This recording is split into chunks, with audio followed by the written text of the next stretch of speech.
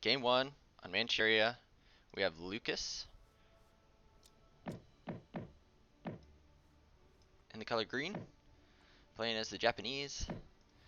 And we have the Houdinaise, or the Haudenosaunee, piloted by Kaister in the top right. So, on Manchuria, usually at the start of the game, everybody's going to run to the middle, try to grab as many of these yaks as possible. Kaister's very known for his water play as the Houdinaise. He enjoys going straight for the water and dropping down his dock and doing some bee fisher play. Meanwhile, Lucas grabbing up 2 of the yaks so far. So on this spawn of Manchuria, there'll be 6 yaks that spawn across the middle here. 3 groups of 2. And then there'll always be 1 in these back corners here. Sometimes it's the yaks all the way up here, kind of like how it is on Lucas's side. As far as this matchup goes, I want to say that what Iro or what Haudenosaunee wants to do is they want to go up pretty quickly into H3. Whoops. They want to go up pretty quickly into H3 and do a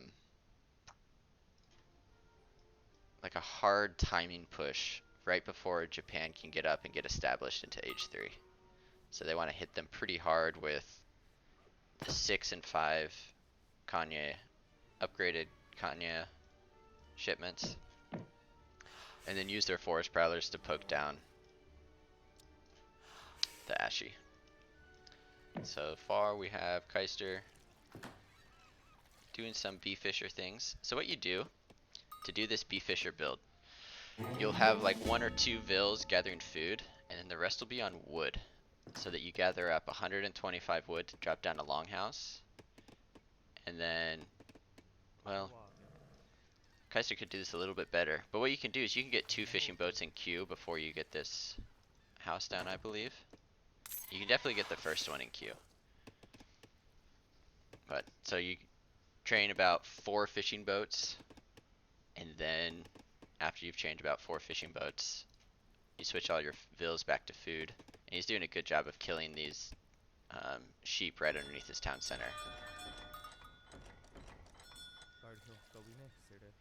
So I think because he didn't find either a food treasure or wood treasure, he's just decided, okay, I'm only going to train 3 boats, send my 3 vill shipment, get about 17 vill age up, and then just do some normal Haudenosaunee things.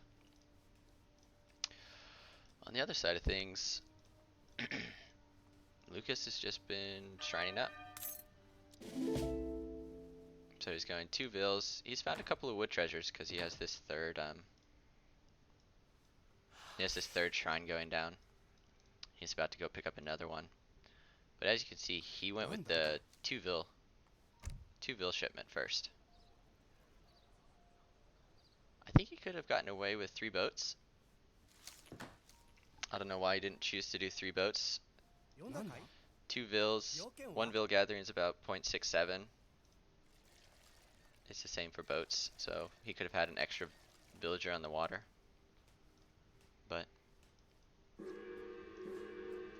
I'm sure Lucas knows how to play Japan better than I do. As well, he saw that Kaister's going for this, so what Kaister could do is just an easy raid. So he could probably just build a canoe, just 1 canoe, and kill all 3 of those fishing boats. So maybe that's what Lucas, the reason behind him not deciding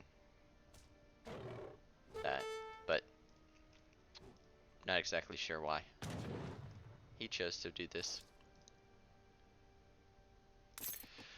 Meanwhile, we're just switching back to cutting wood in transition. Maybe go for a TP, continue to build trading post. Japan's gonna look to build a couple of shrines, get his consulate up, probably go straight into a Japanese consulate, build a few more shrines. He poofed back with his monk. There's quite a few safe hunts here, so there's 1, probably 2 shrines there, 3, 4. You could build 4 safe shrines in his base.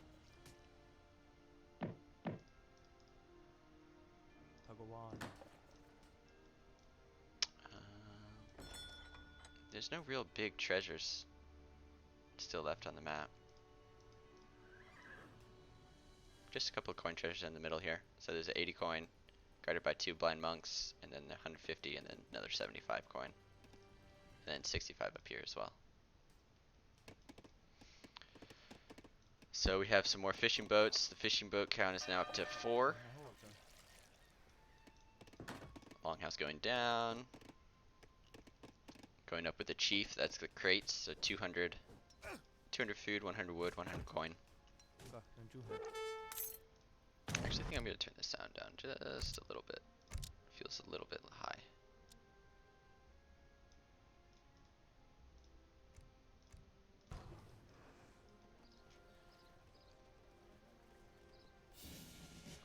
Even up with the shrine. Yep. So it's a mix of both, I feel. A lot of people, if they were going to do the Teshuga shrine, usually you'd go up, you'd start with port cons, do those two together. However, if we look at Kaister's perspective, the man doesn't scout. He has no idea what Japan's doing.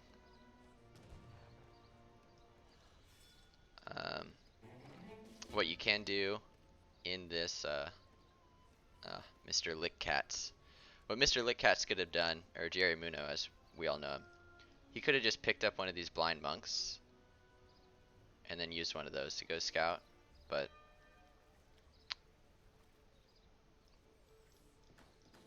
I think he'll be alright. So he's going 5 vil first.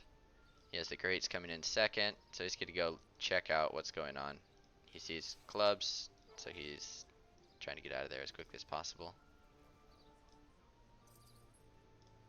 So he knows that it was a port, or it wasn't a port consulate start. He knows that there's going to be some Japanese pressure with Japanese consulate. He probably figures that he went up with the Torii Gate.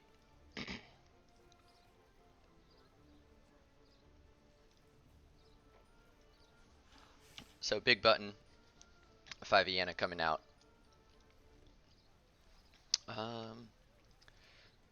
What I think would actually be better, depending on what he sends here. A lot of times what you want to do is if you're on the water and you're doing some sort of FF kind of idea, what you can see is that after you get hunting dogs, these will gather at 0.9 food per second, and then your villagers on coin gather, because they start with placer mines, because Haudenosaunee and Lakota both get that 10% bonus due to the fact that they're gathering from tribal marketplaces. So what you could do is, well, there's a little bit of action going on here. So Lukas is just trying to siege down the shrine. Nice cover mode there from Lukas. If you put units in cover mode, they get 50% range resist. However, they do not get any melee resist.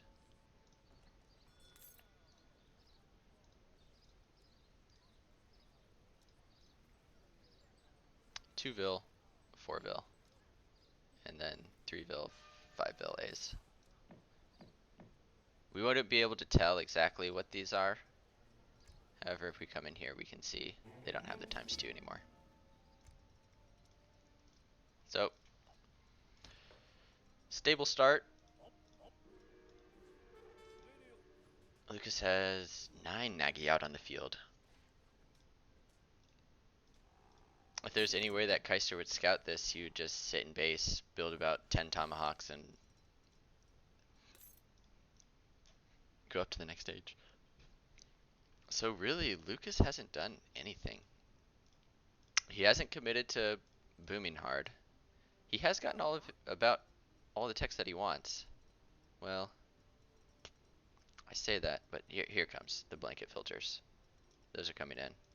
Because usually what you would do as Japan is you would have all of your vills gathering food, and then you get these 2 berry upgrades, so that essentially your entire eco is being upgraded at the market. This is a nice little military rickshaw that he got from a Japanese consulate for 100 export. Meanwhile, like, I don't. This is interesting from Lucas. 14 Nagy start. All he's seen is a war hut. He has 700 wood right now. He's down a barracks.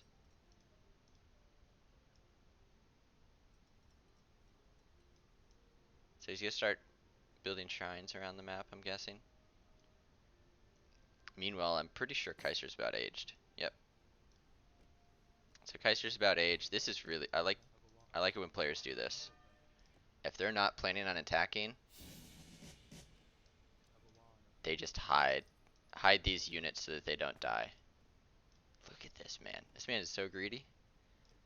So he has a dock, he has a trading post.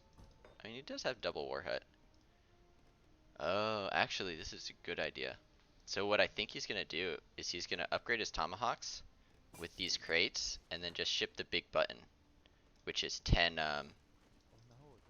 more tomahawks. So he can get 10 vet tomahawks. So see, he has the tomahawks in queue here.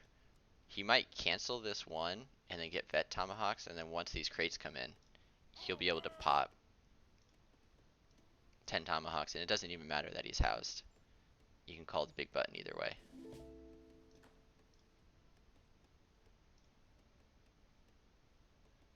Maybe Kaister knows everything.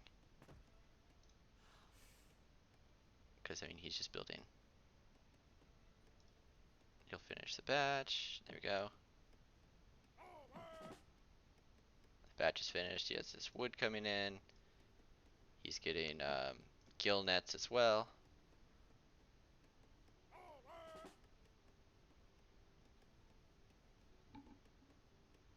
The big button, I'm guessing. Here it comes. Because he has the food for it. It's 500, 500. Now he's just going to go into forest prowlers. Okay. Well, the right click didn't happen, and now he's aging. So I feel as though he should know that he has a window to go the other side. Lucas, on the other hand, has popped up to 160 shrine pops, so he's just about finished with his shrine boom. And he's going up with the golden pavilion.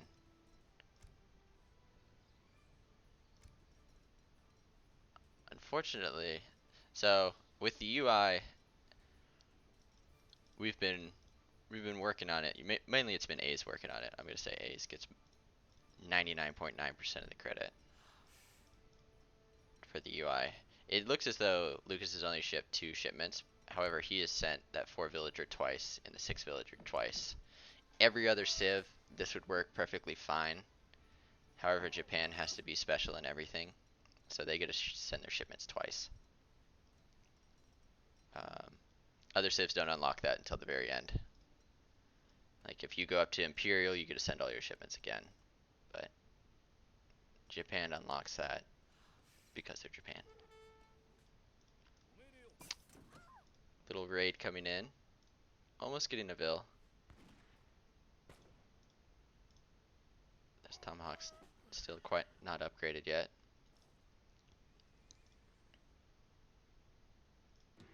In Eco, so it says 41, but you gotta also think that there is about 15 shrines gathering about. That's a Vil. That's almost a Vil. That's like a Vil and a half, or Vil and a third.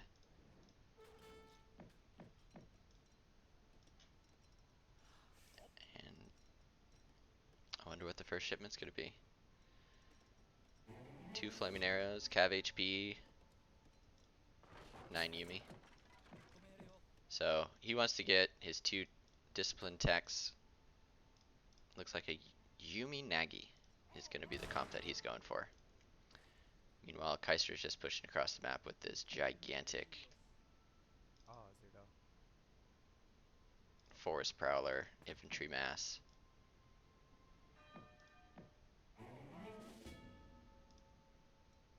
I would do like, oh, he already has infantry combat. Yeah, I would do infantry attack or something. Like he has 50 units here.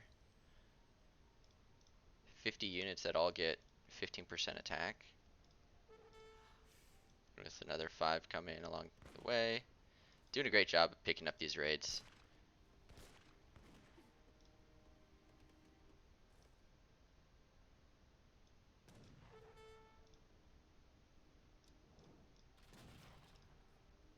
And it's a pretty scary push. Oh, if he gets this before it goes up. Does he get it before Discipline Nagy? Oh, Discipline Nagy's just get in. That would have been huge.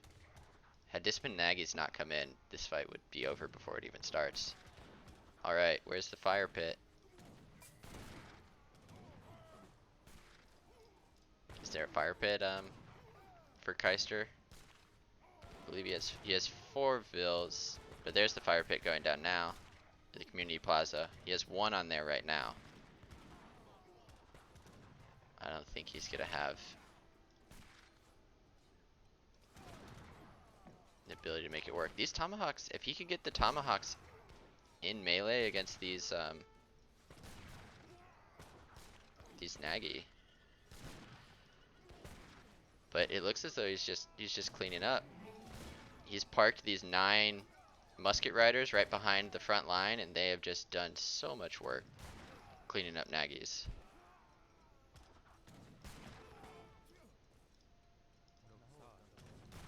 Handful of Conyer coming in now.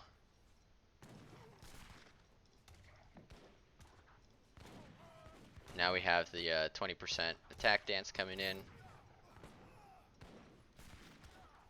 And Kaiser's military pop has not really dropped at all, whereas Lukas is all the way down to 80 pop. So it's 87 to 120. Kaiser does have more villagers, but oh, Jerry Muno got left behind. Rip Jerry Muno. It doesn't matter. We have Activate Chunk at the community plaza. That'll bring it back.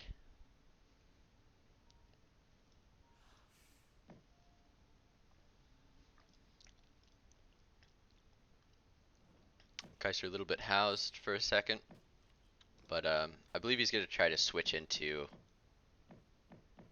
Kanya Crusader production. Oh, he's just buying up. He just bought some wood at the market. Oh no, it's not quite gonna go up. So he's gonna miss those 2 batches, but that's fine. He seems to be in a pretty decent spot.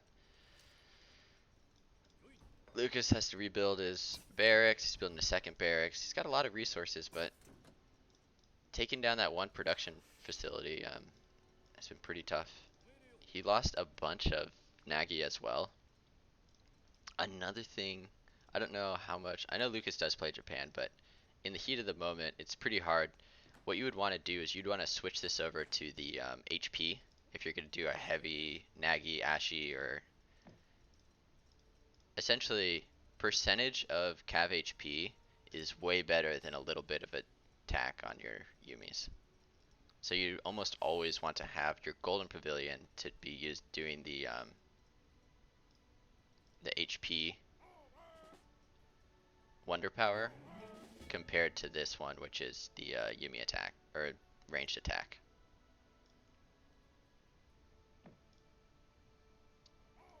So now here we go. It looks like as soon as Cav HP comes in, Lukas is ready to fight again. This gives 25% HP to your Nagys, so they have almost 500 HP. Whereas Kaister just has, Kaister's getting Cav HP of his own. However, because his Civ's not as strong as Japan, it's only 15%.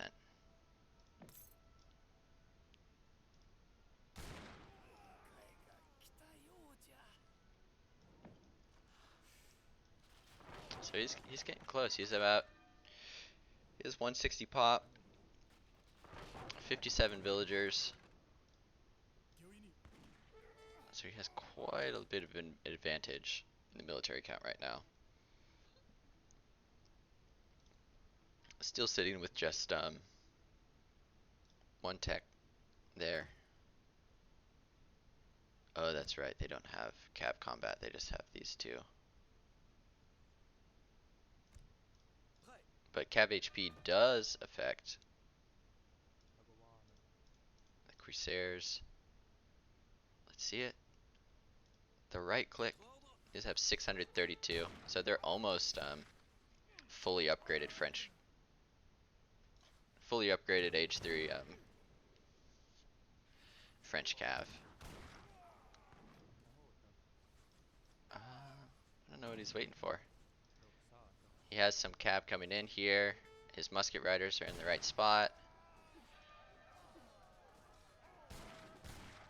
Attack dance. Nope, he's got warriors coming across the field. Oh goodness, these trees.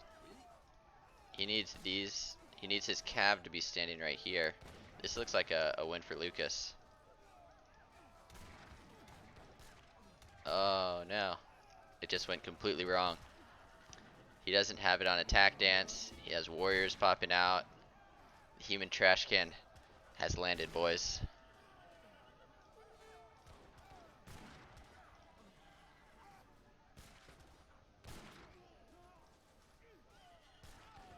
Yep, Japan's just gonna clean this fight.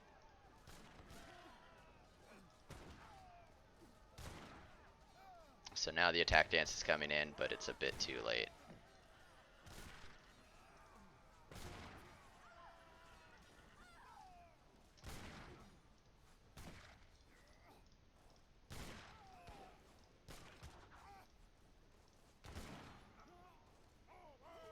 That'll be the end of the game. Ah. That's so sad.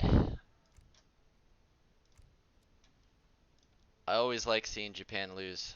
It's one of my favorite things. But if we just look, after winning this fight so hard, he just had a few mismicroing things. His cav were in the wrong spot, and then his villagers were not gathering at the right. What the? He went up with the chief. Oh, NA throw. Yeah, Null. Thanks for the $25. It's yeah, there's not much else to say. Like Kaiser should be keeping up an eco here. I'm not sure why this dropped off, but it was just an NA throw. I don't have much else to say about that game. You got to have your cav in front against Nagy, and then you have your rifle riders or your musket riders in the back, and then your forest prowlers to DPS, not running around the trees. Kaiser knows better. But that'll change the score. 1-0 Lukas. And you guys, you know what that means, right? That is Lukas's first win of the tournament.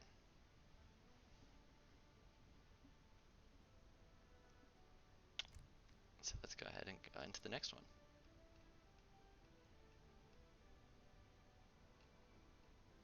Pog champ for Lukas.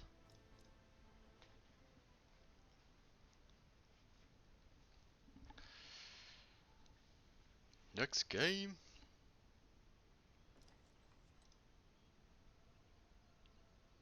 See?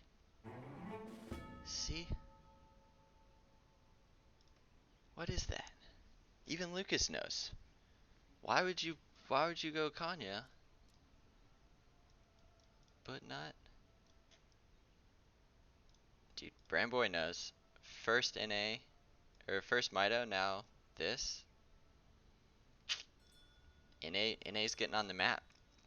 So we got China, Lukas is playing China, and we got the low coda. All you low coda lovers, here we go. A low coda game.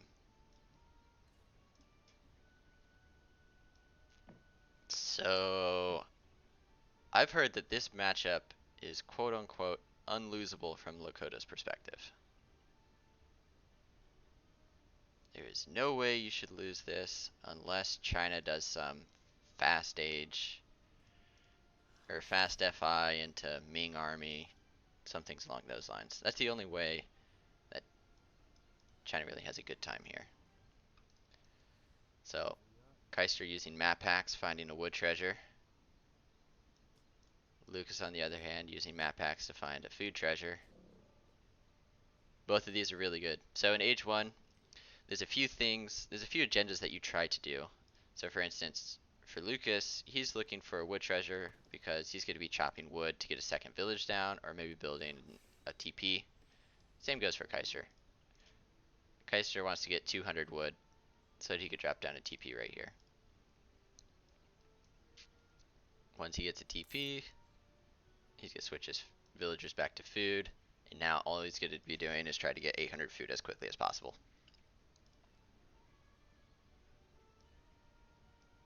Because all he's trying to do is age as soon as possible. There's a few little straggler treasures here. There's a nice little 5 pot, so in case he needs 205.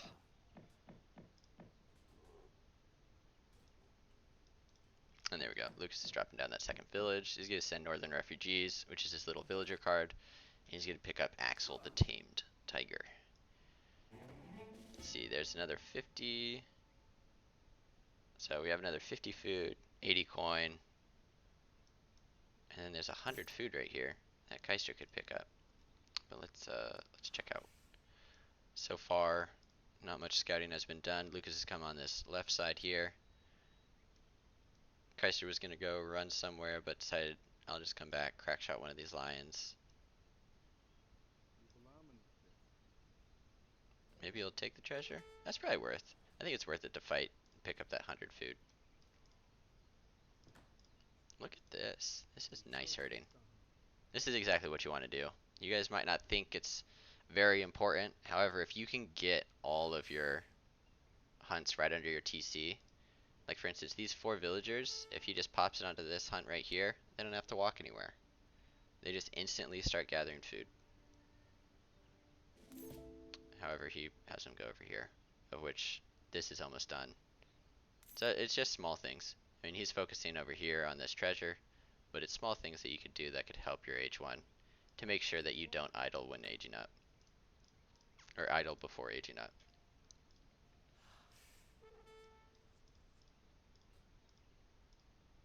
Just 2 ships passing in the dark. Don't worry about me,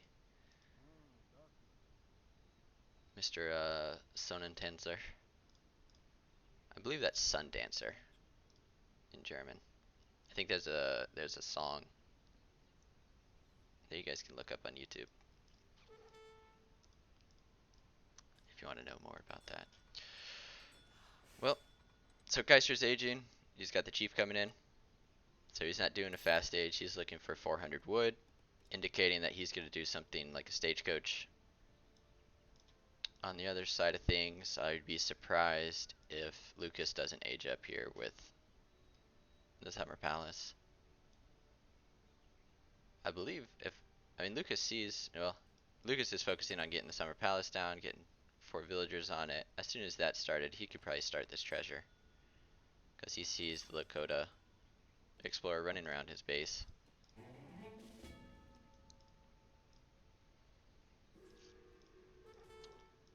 In transition, I think he's going to go for a TP. Or maybe chopping wood. Chopping wood could indicate one of 2 things. Either he's going to do an H2 play, or he's going to just drop a TP in transition and then FF like normal. Looking at his deck, it does have a couple of nice things in it. You definitely want Manchu. Mongolian Scourge.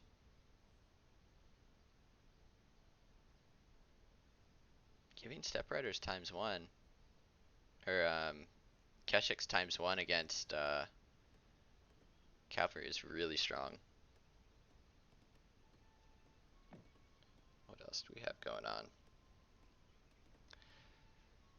So he's training up. I mean, he's chopping a good bit. Another thing about all the Asian civs is that you can train villagers while you're aging. Yep. So Kaiser did build that second TP. I won't be surprised. This is the spawn where they're parallel. So if you get these two top TPs, you can stagecoach this line. So he's going 4-axe first. I wonder if he just drops a warhead down.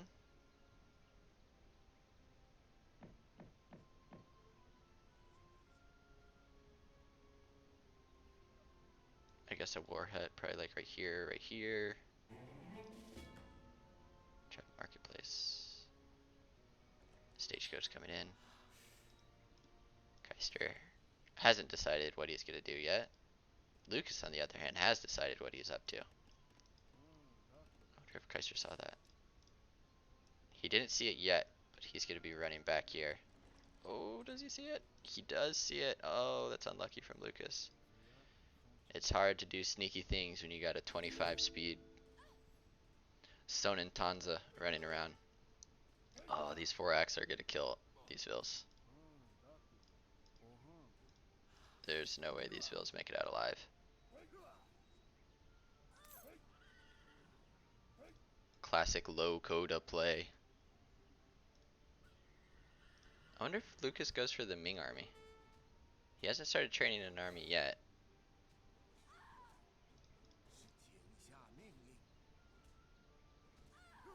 It's both those vills. Kaister micro for once in your life. Okay, there's the 9 Quang Pike. I think once you see this, once you see the 9 Quang Pike from the forward Warhut, or the forward War Academy, the 9 Quang Pike, Kaiser's gonna go into Seton bow production. There you go. 5 and 6. So I wonder what. It's hard to do this read because sometimes what China can do. No, never mind. China doesn't have the shipments to do it. So you'd have to recognize at this point as Sioux or as Lakota. You see the forward War Academy. You kill 2 vills. He doesn't have a TP, and he sent the Quang Pikeman. So that means that there's no way that he could be going. He can't. He just can't age. The reason being he can't age is he just doesn't have the shipments to age. So this should work. Like 11.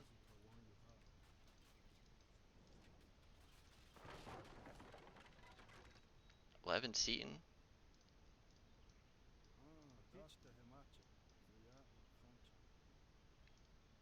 It's gonna be hard to micro. Oh, he gets 1. Okay, pull back. So all he has to do is just not lose. Don't lose your axe. There's 1. 1's gone already.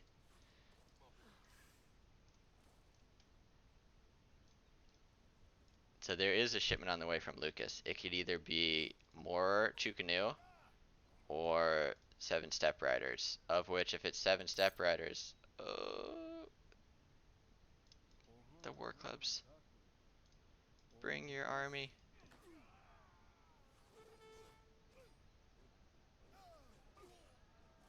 Well, this looks like another NA throw.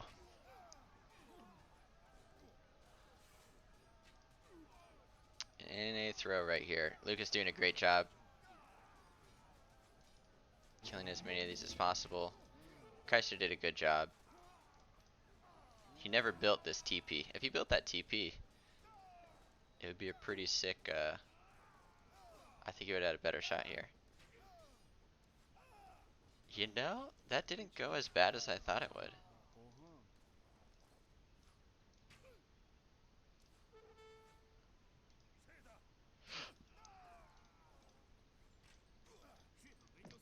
At the end of the day, everything kind of got cleaned up. Lucas has a few straggler units. Lucas isn't going. He's still pretty hard committed, so he sent back-to-back unit shipments. And now he's sending the 700 coin. I think if you send 700 coin here, throw all your vills on food, and then just age up behind this. That's what you need to do right here. Like, go run in with the Axel, see what's going on. He might be able to spot the coin coming in. Let's see if he can spot the coin coming in. He sees it. Okay. So if he's going to do this with the wood, he just probably needs to build a second war academy and just come right up here and just right click.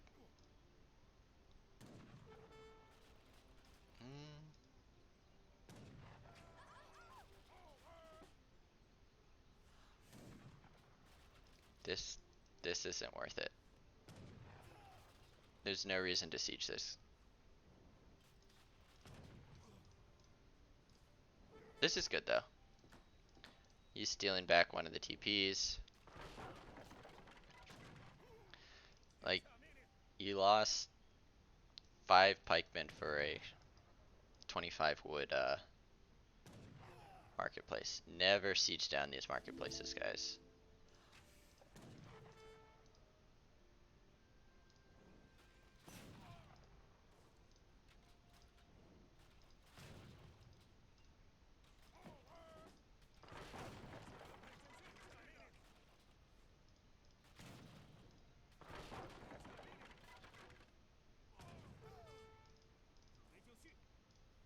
Like 900, 2400, he could have just taken down one of these buildings, which are much more important than these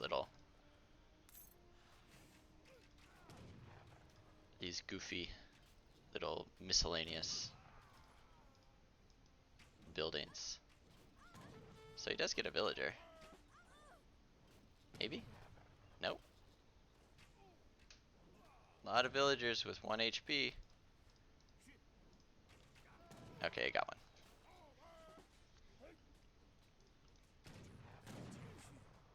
Kaiser's going in, picking off the... Oh, not quite picking off the explorer.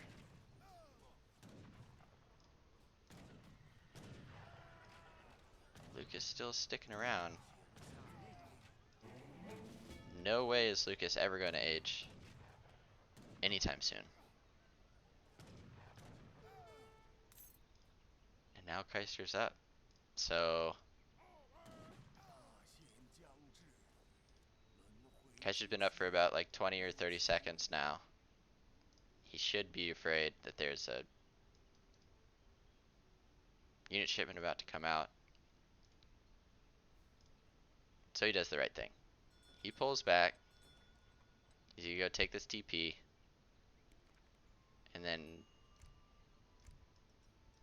Okay. He's gathering the coin now. He's gathering the coin. Eat the goat. And age up. Uh-oh.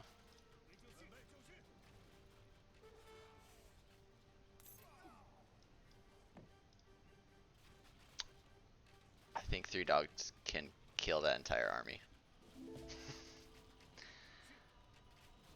He has 3 Quang Pike, 18 Chu Canoe, and 6 Step Riders.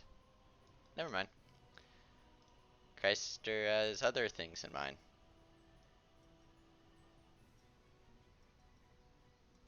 Lucas seeing them running across the map, popping out Minutemen already, try to protect these units gathering. So that's 4 villagers in there. There's 7 more, so or 8. Oh, he does get one. So he could build up 11 villagers here. Too many things going on right now. Lucas needs to macro to age.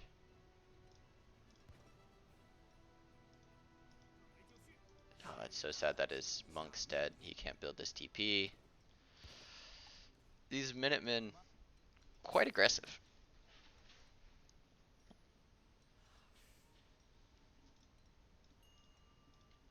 So, or let me see if that'll speed up.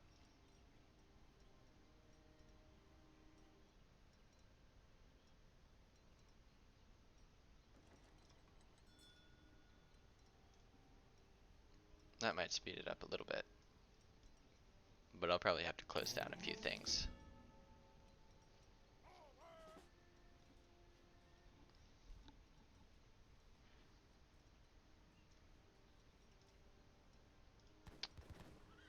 Coming in for another look at things. Lucas is just trying to survive until he ages up.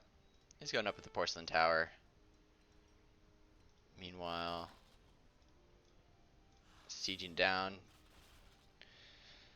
Kaiser's in a bit of the rough spot right now. He does have the age advantage, and his army is pretty strong. He didn't lose too much. He lost the TP line, but he can take it back now. So I expect Kaiser to take back the TP line. This is crazy to me.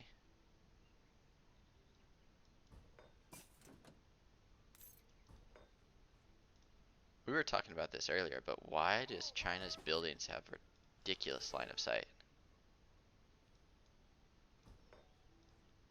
I don't believe any other barracks in the game can see this. Like, he built a barracks here, and he can see the entire middle of the map.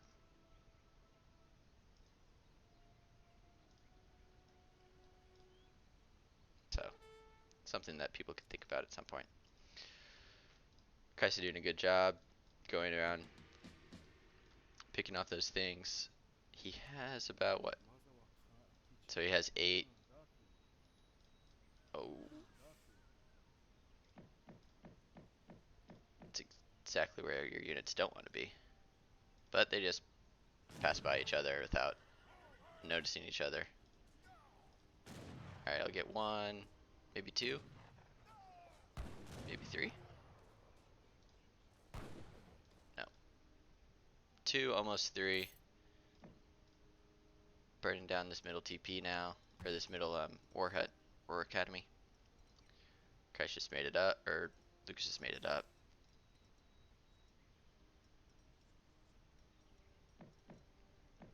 And eventually there's just going to be a gigantic right click from Lakota. Of which, oh,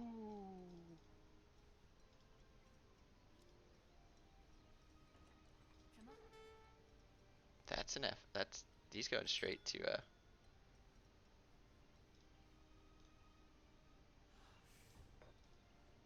Barracks has 12 line of sight. War Academy has 34 line of sight. Balanced. I like it. And while you're at it, interjection, could you make villages not see the entire map? I'm just kidding. You guys choose what because I know that's another thing that a lot of people have complained about China is that their village, like,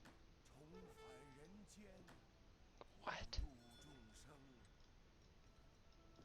This village just like making sure. They got like somebody with like a telescope sitting on this, the top of this house, like checking everything out.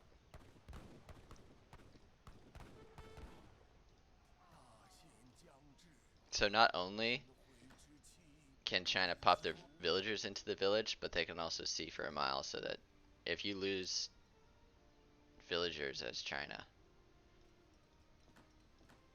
you got them, you need to work on like your reaction time a little bit. So here we go. Not really anything's really happened in this middle section. Kaiser's regained his TP line, sort of. He's rebuilding that one now. And if he clicks in right now, he's like, alright, what's going on? He's like, I gotta see what's going on in China's base.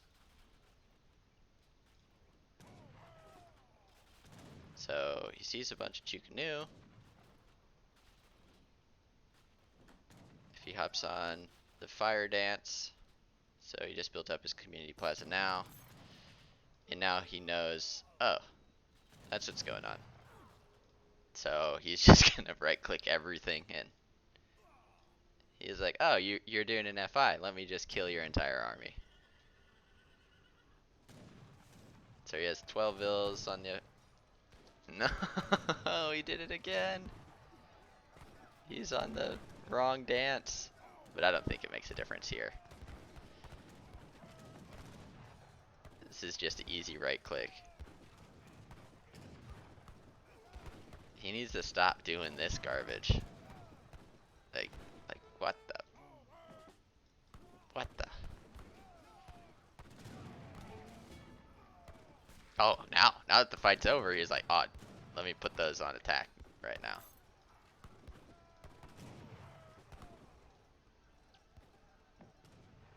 But at this point, it looks like Lukas is in big trouble.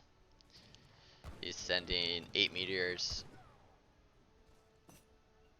and getting vet step riders.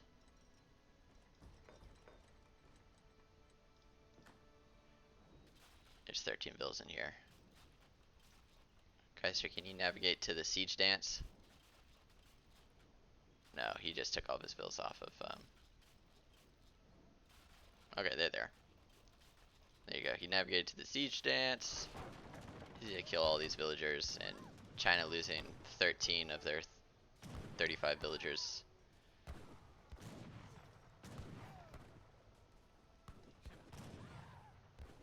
Will pretty much be the end of this game.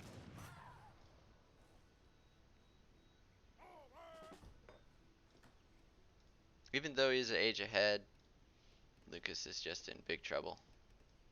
He can't get any food. All he has is berries.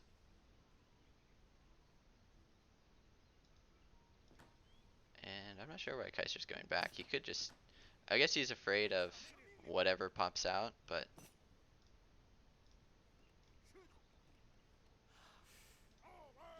At this point, Lukas just has... He's got nothing. I don't think... Honored Shukanu...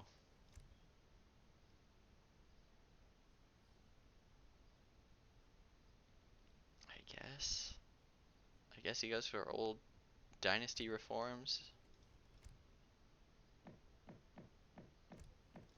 I don't know. At this point, I'm not sure exactly what Lukas could do. Kaiser's just massing. Probably go time. Once he gets the 6 axe rider. And then just macro up for the big button. It's 18 minutes, so he can just right click with the big button. So these axe riders will get an extra 10% HP, so they'll be around like 345, 337. Oh, it's 20%. Wow. Okay, so they get 20% HP. And then I'm guessing just everybody on food, get 1500 food, right click.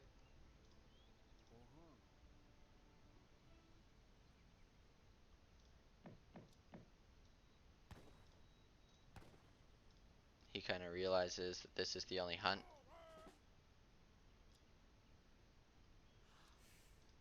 So, walking on in. That army is way too small to defend. The village didn't go up, and that's kind of DE pathing. So that's kind of sad. He had 2 villagers on the other side of the deer and 2 ones up here. He just says that's enough. Well,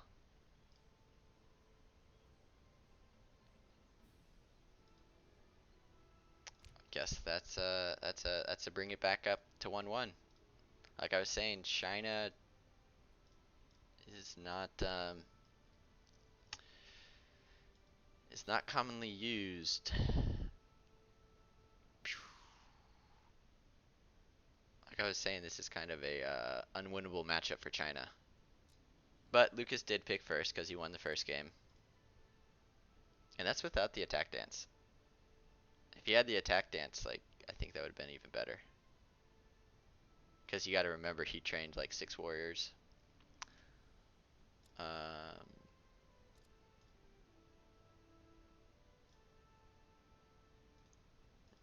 Yeah, maybe it's just the FI didn't pan out. I don't know. But anyway, real quick, what I'm gonna do is I am going to, it's 1-to-1. I'm gonna reset my game and see if that might help us get some speeds back to normal.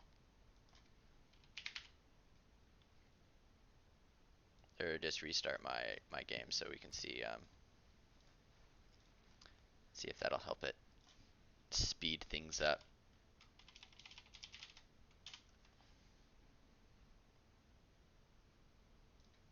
But so far, Kaiser got his win on Lakota. I was expecting that. Lukas winning every other map. So far, I feel like the series kind of makes sense.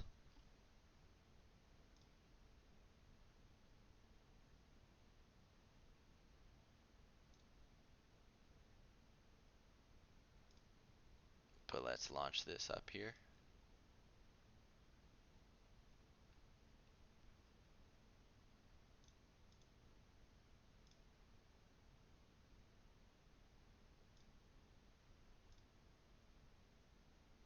Ooh, I got some trading cards. Oh, that was in October. But hold on a second, guys, while we're relaunching this. Why does Lakota strong now? Lakota has lost almost every single game of the tournament, unless they're in the hands of the human trash can.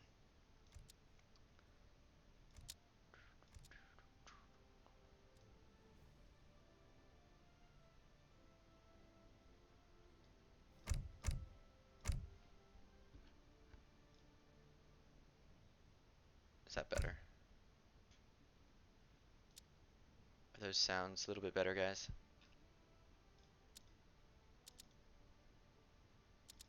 So we're on to game 3.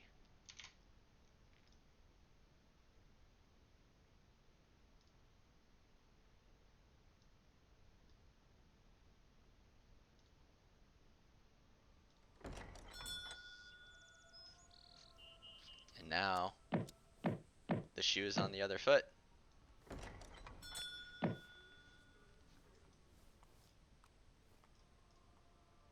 So, Kaiser playing Ira, or Hadanusani again, and Lukas has picked up the Lakota. So, we're going to see a lot of the same things that we've been seeing before. A focus on Lakota trying to get up that TP as fast as possible, whereas Iro is going to be doing some fishing action. So 1 fishing boat, a little bit of XP here. Oh, did Kaiser not see that? Oh, he just missed. There's an 80 wood treasure would be nice. So far,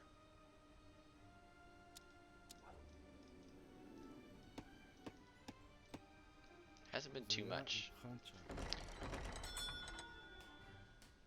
So on this map, Baja California, if you can, you want to run straight up to the top, unless you're playing France or somebody who gets so if you're like France or Ottoman, you can run straight to the middle. If you get the middle TP first with your 200 wood or however much wood you start with, you can get that first pass. However, since Lakota has to chop for 100 wood, you have to come up here. You run up here and you drop your TP at the top one. So, Easy to pick up a cougar. On the other hand, Kaiser's not doing a TP in H1 because he went with the fishing boat, the Lemonade Express.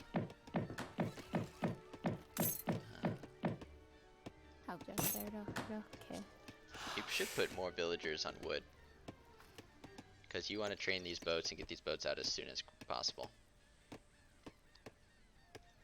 So there's no point, there's no point in gathering more than 100 food. Like, okay, so what, 80? He wants to get to 140, so we want 60 here. So see, he keeps switching vills back and forth to not have constant production. What you want is you want constant production of these fishing boats. So you want to have 70 wood as soon as this comes in, and the way to do that is to switch your villagers. You want to have more villagers on wood instead of having it kind of separated out. So he will get, nope, never mind. Lukas is just a better player and ran in and stole the 80 wood treasure from him.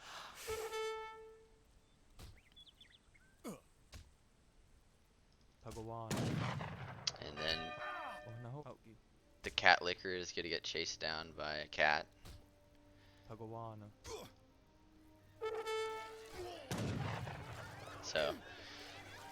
So far this has been a little bit of a struggle. We got a bit of a struggle going on here for Team Kaister.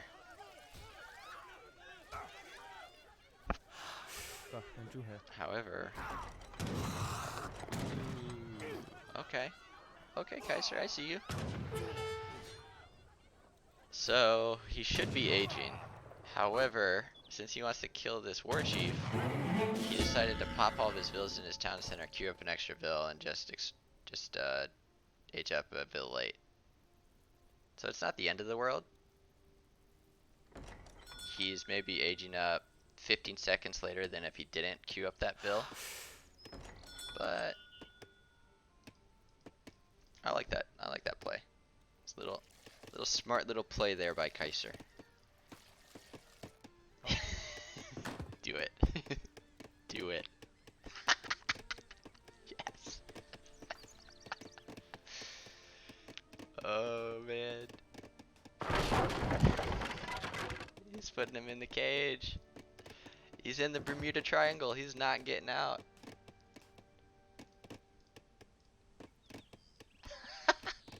So even if he did bring somebody to come revive this guy, he'd be stuck in here and he could just kill him again for 100 XP.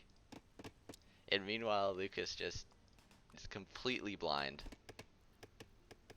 Oh man, both of them. Look at this. Look at their scouting. Neither of them have scouted like at all.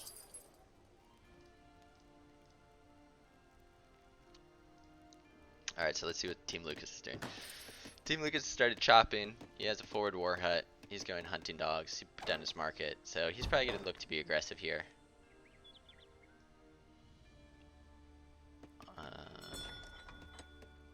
Going up with a chief. I'm curious if he'll drop down a TP with these villagers here.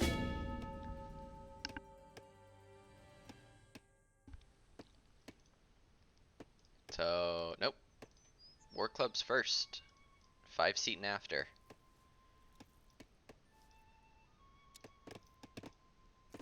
Meanwhile, Kaiser just beef fishing away. So I'm guessing 5 bills first. No, 7 a Yena. Look at that. He just knows. He knows that there's pressure coming. He doesn't have to scout. He's like, I know Lukas. Lukas isn't gonna let his boys stay in the Bermuda Triangle for too long. Just 7 a Yena first.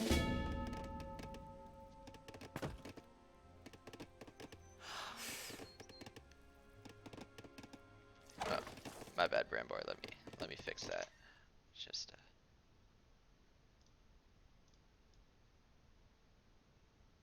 let's just like move this down or something.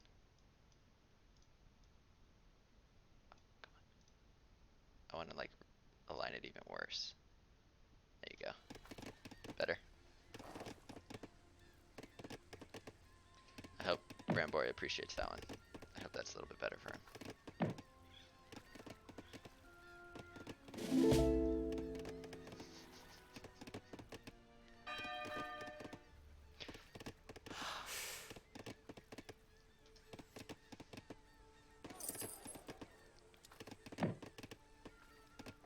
You know what, I'll even do him one better since nothing's really happening.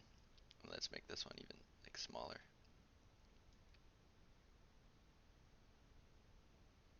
There. That should look better. That's what you guys get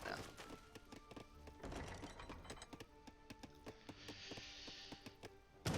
Alright. The great escape has happened. Lakota is pissed that the Houdanese have imprisoned their chief. They're coming. If you put these in cover mode, that would be pretty sick. So I think Lakota just wins this fight. The only thing going for Kaister is that he does have the warhead pressure, and if he does put these vills in front, they actually will do a decent job of tanking. So it is just an all-out mess. The war chief is doing nothing. The villagers are punching and tanking.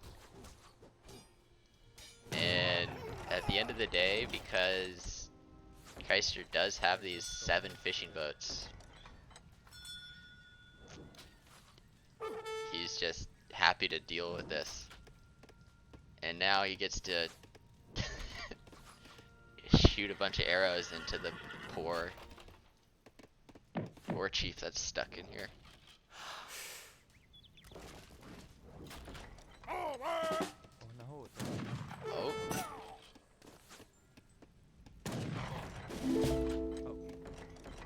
So his Kanye are a little bit slow, but that's fine. I think he can pick off, if he uses his guns to pick off these war clubs. Oh, the 2 dogs are coming in now. Do they get to free him? Do they free the war chief? Dude, I feel as though this game is just such a meme. Like, they had to have planned this.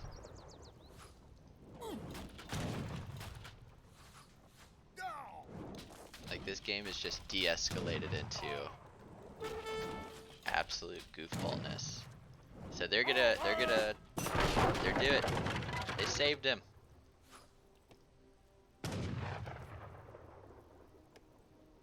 Kaiser, on the other hand, he's just gonna pick up his war chief. Activated Chonk and Jerry Muno's back. I like how this. I wish that triangle would stay there forever. That'd be pretty cool.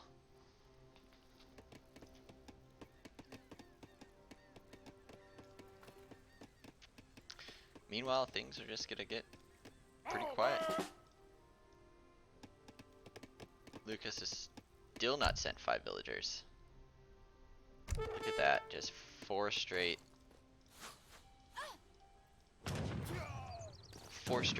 military shipments. Trying to put pressure on here. I mean, Seaton do a pretty good job of killing heavy infantry.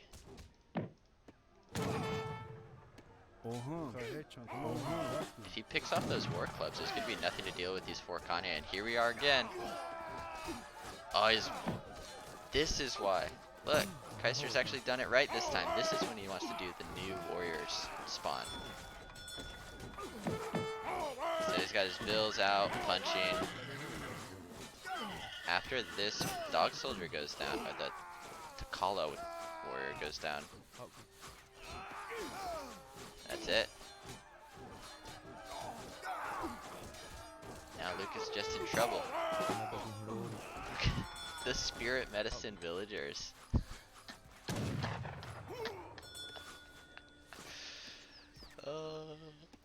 Spirit medicine OP. So Kaister pushes him back again, and because he has this water, he's good. Oh, he even came up here and walled.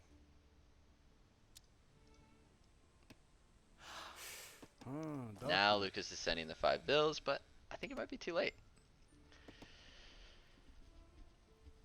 I wonder if he drops down a corral. He's got 200. There it is. Yep. Drops down a corral. My favorite thing about this game is if you look at it, neither of them have explored this bottom part of the map. Like, this is the line they drew. And they're like, tell you what, let's just play the game on above this.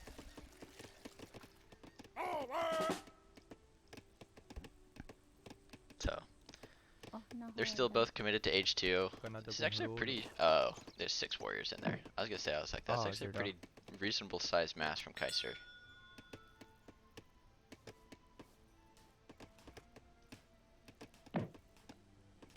So the corrals come down, axe riders will be coming out. Probably be seating an axe. But at this point, I think Lucas has just lost way too much. Oh, dude. I wish Kaister would. I want Kaister to build like a square around the war chief again. Right now it's 43 to I think 33, of which there's about, yep, 9 fishing boats. So this bee fisher has just paid off entirely for Kaister. Just a sneaky little water of which he can build unrateable safe eco. So he's working in this hunt. He didn't build this wall.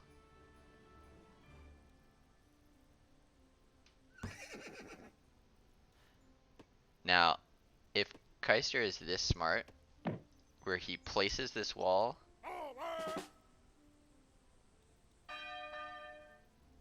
I don't know. I think that's just a misclick. I think he told,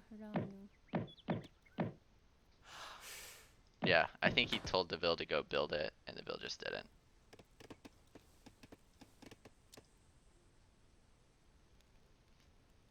So Lucas coming in. He's got 3 axe so far. Next card is 700 wood. Picked off a Vil. Crack shot coming in. Kanya popped right on top of the Seaton. And Kaiser just has way more units here. Already killing one of those axe riders. Uh-oh. This is why Lakota need walls.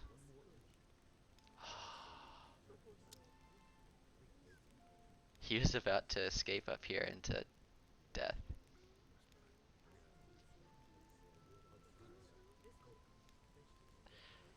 But unfortunately, I don't think Lucas knew about the walls. First it was his hero, then it's his army. Nerf walls, OP. But yeah, not really much of a difference. This is kind of where the difference lies. Kaister gets to build this bee fisher, which in turn just paid off with him having less resources the whole game.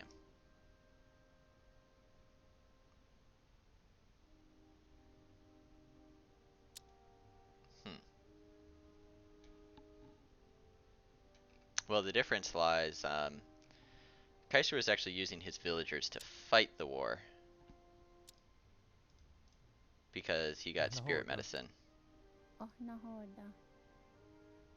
and used them to punch down the Seaton.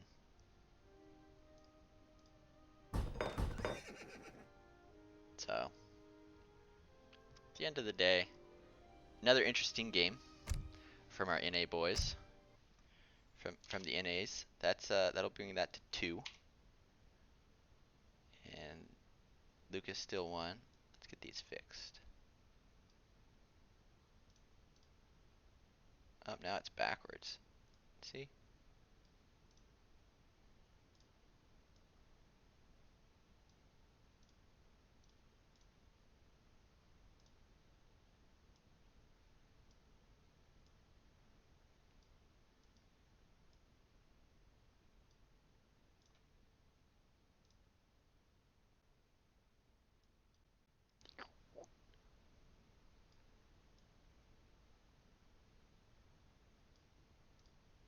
have to play around with it instead of just, now this thing's off center. All because someone couldn't appreciate it was a little bit off center at one point. That's a little bit too small. Now it's misaligned.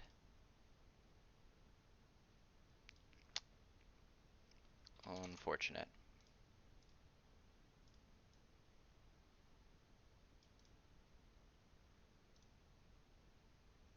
Oh well. It's a scoreboard.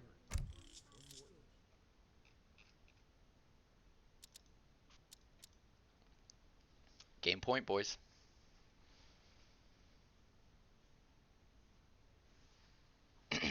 I liked the storyline though. It sounded like a real life altercation. The day that Derden Sack Barut got captured by the cat licker, and then all of the Lakota forces went to go and return him from his Bermuda Triangle, only to get punched down by the angry villagers. But here we are. New game, game 4. On Sonora, we have Lakota, played by Lukas again, versus the best of Turkey. Kaister already getting a 55 coin treasure. Lukas running up here, finding 70 XP.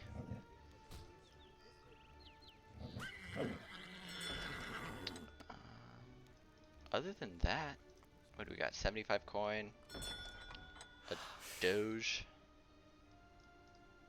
That's probably the best treasure up there.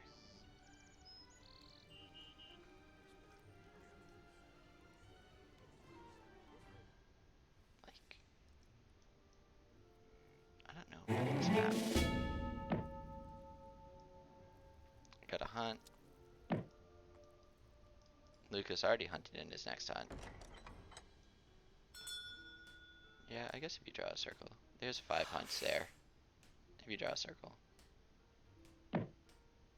There's 5 hunts there. So, we've seen Lakota in 3 of the 4 games so far.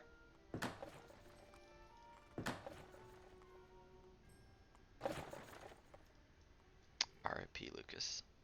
That's a hate to see it. So he just missed the pass.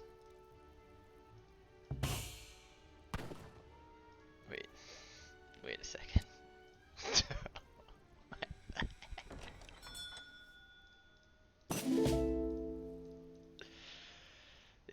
It's Silk Road time, guys. So, because Silk Road comes in, what this card does is it gives you an extra 25% on your crates. So, Kaister left all of his crates so that when it came in, you now get 25% more on those crates.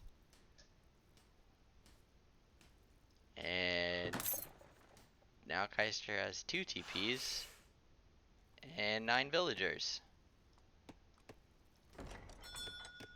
So, let's see how this pays off.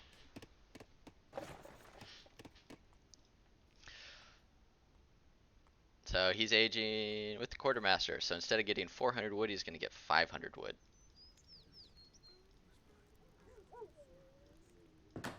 I mean, he already has 2 TPs. What is he doing? Oh, just... You don't need a house when you only have 9 bills.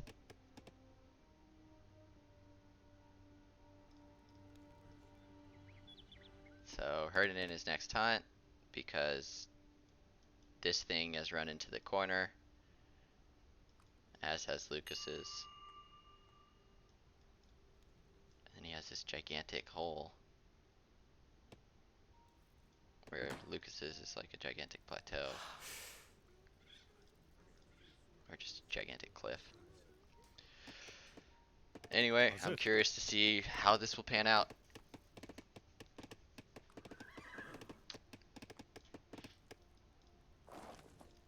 Lucas going for a 75 coin treasure here.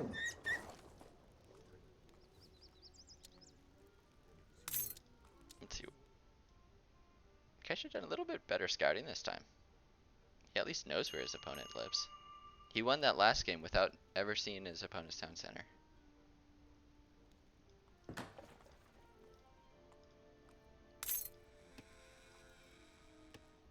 Did he get millet system? No.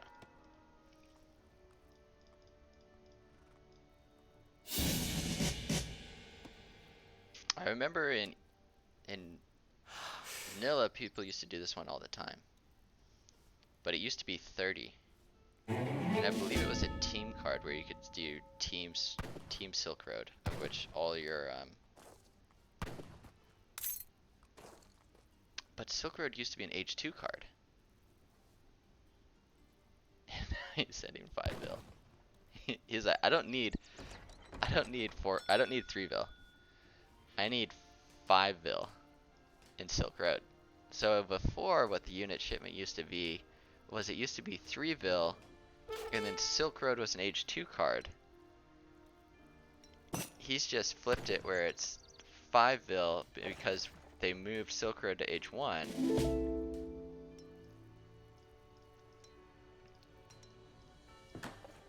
And you got another TP.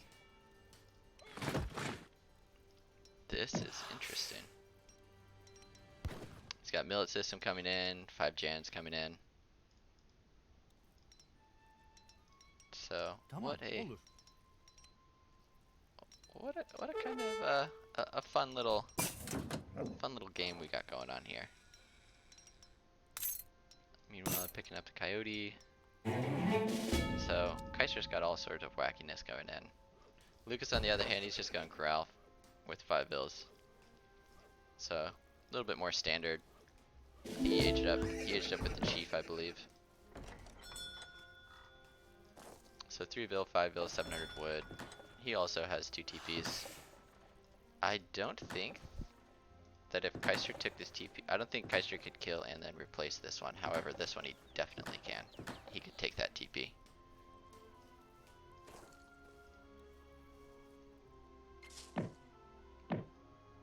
Where I think on the other side of the map, you probably can take both of these. Or maybe not that one. This one, but maybe not that one. We're over here. You definitely could take this one. Oh. What does he see? So he sees the wood come in and he saw the bow riders, if he was paying attention. He's got 9 Jans. And he's going up with Stagecoach. Does Silk Road buff the TP line? No. It just increases them by 25%.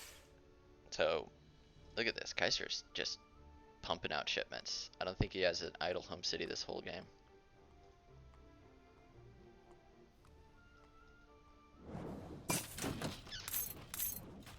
Because he saw the stable, I feel like he feels comfortable pushing out and burning down this TP. And now he sees Lucas is going bow rider. So there's the war hut. He sees the coin. Evet.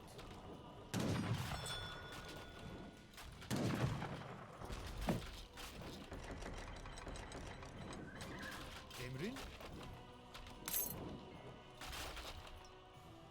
It's just between these 2 points of contention. Crack shotting. Double barracks. I think he's gonna be done in H2.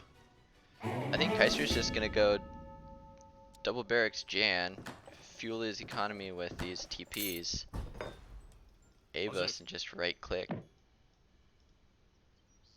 I feel like that's pretty solid.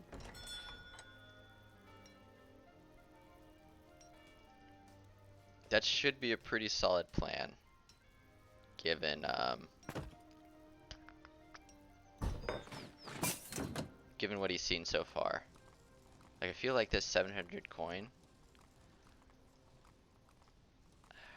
With this 700 coin on the floor, you kind of feel like Lukas is aging, right?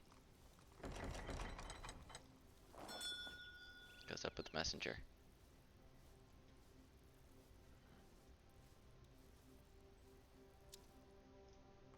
Emrin.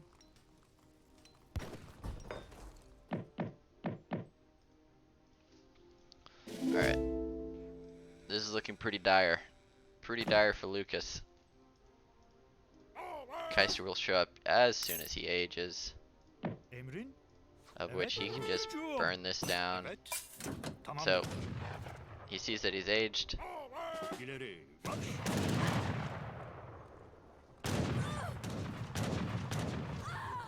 Emrin. Evet. Yaralıyım. Right Kıpırdayamıyorum. click. What are you doing? Just kill the stagecoach. Yeah, kill the warhead.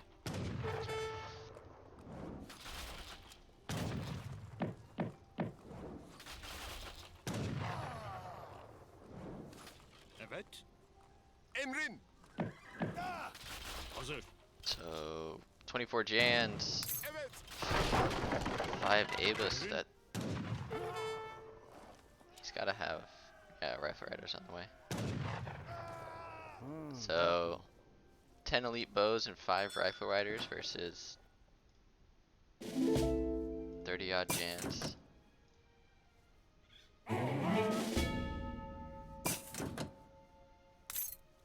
Does this win? Evet. Hazır. Hadi bakalım. Okay, so Kaiser's just gonna pull back, age himself, be happy with taking down the war hut.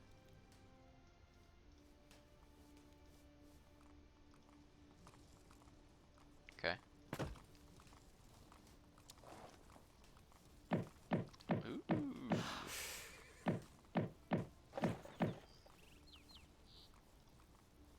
You don't often see for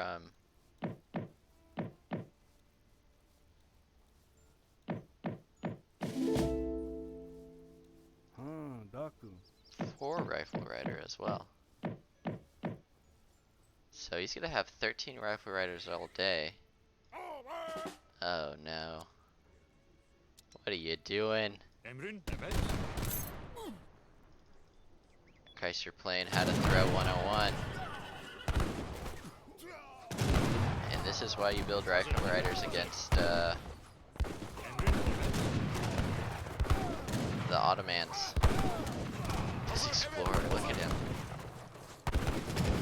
Well, this game's over.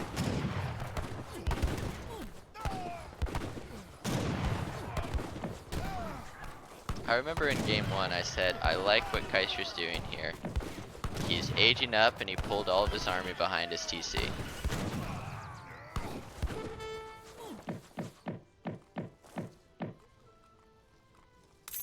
And in this game, Fidyemi ödediğiniz için teşekkürler. he does this.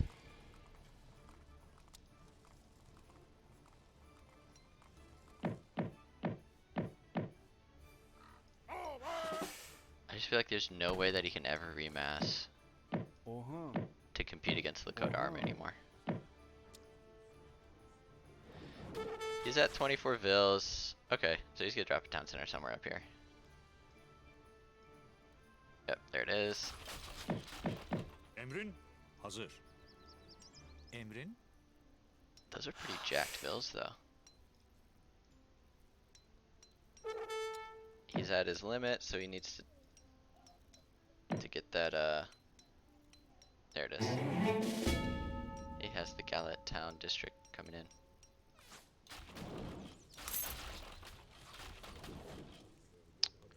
Well, there's the war hut coming in, so he's gonna start building Kina. And Lukas on the other hand, Lukas is looking pretty good. Okay, he's got 5 cav archers coming in and vet Jans. I really don't like... Yeah, at this point now, it's really not a good place to be to have double barracks and an artillery foundry. what we've found is that a good combo to go against Lakota is Abus Cav Archer. Abus Cav Archer just does a number on this whole army. However, with there being so many bow riders, it probably wouldn't work.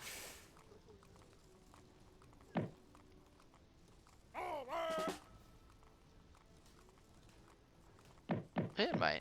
I don't know. It might. Evet. So, both of them just kind of booming here. Lucas says, thank you for giving me a TP. So now he's ahead. Who are these? Oh, the Navajo. Which give 5% HP.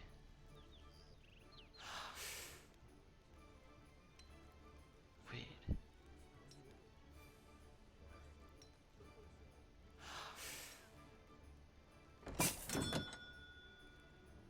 Does anybody ever do this?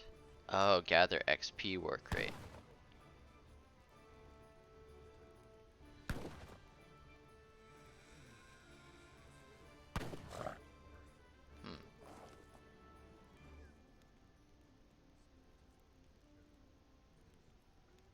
And that's nice. I was wondering if you could put that on, like if you did treaty and you got the Navajo, and then on your shrines, it was the work rate of the animals, or the herded animals, but it's their gather XP rate, not the other thing.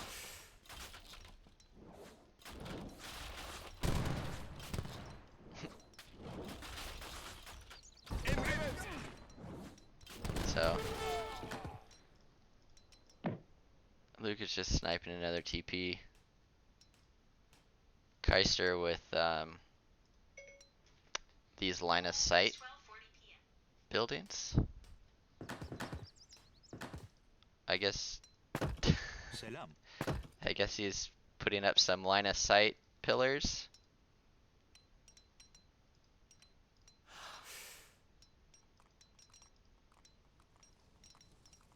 I'm not sure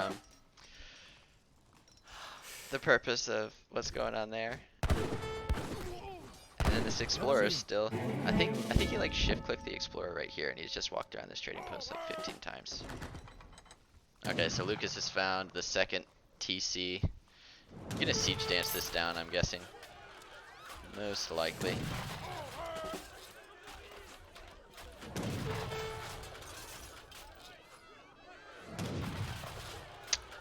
Except there's no community plaza.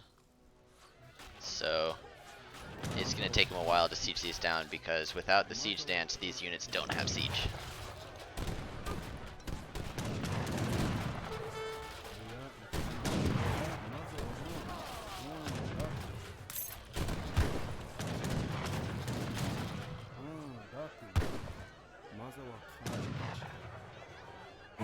So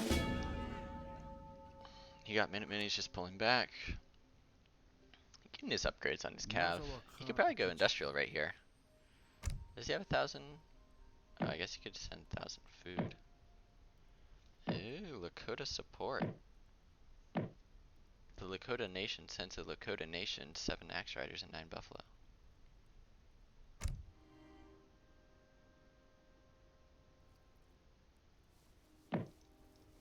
Never mind. Looks like he has no agenda of going industrial here.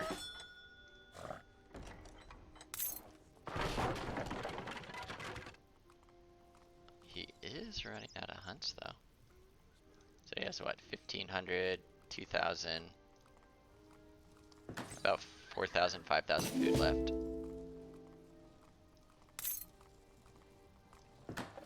Oh, it does. Even though Silk Road doesn't say it.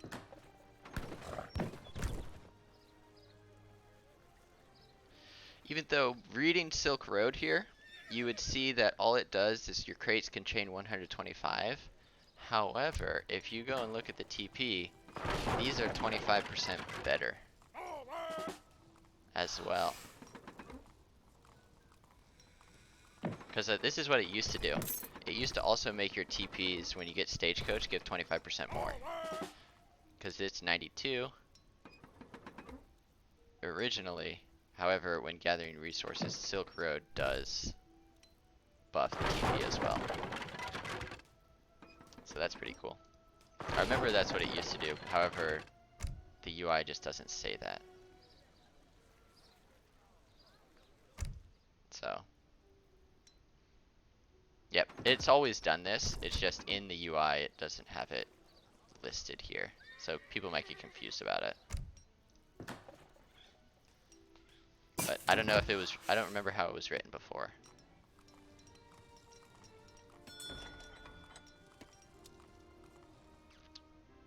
So we got 45 vills, almost 200 pop. So essentially what happens for Lakota is once they hit 200 pop, they just smash that right click button and take all of their eco and put it on the fire dance or the attack dance and just go kill anything that is in their way. However, Kaister has these line of sight, these like anti-tank walls that he's building here. So I mean, there is that. So we'll see what both sides decide to do. As of right now, they're just kind of sitting. Both of them look like they're somewhat macroing to age. Bill count is a little bit in favor of Lukas, but nobody has really done anything in the last 5 minutes. Lukas has taken back a couple of TPs. Kaister could probably go grab his Explorer and build this one back. But it looks like he's just gonna hide back in this corner. Happy to be getting Hazır. some resources. Evet. Nice little 2 Jan batches. Okay, here we go. Has a coin coming in now, of which he'll use that to age. So he's aging. Lukas is also aging.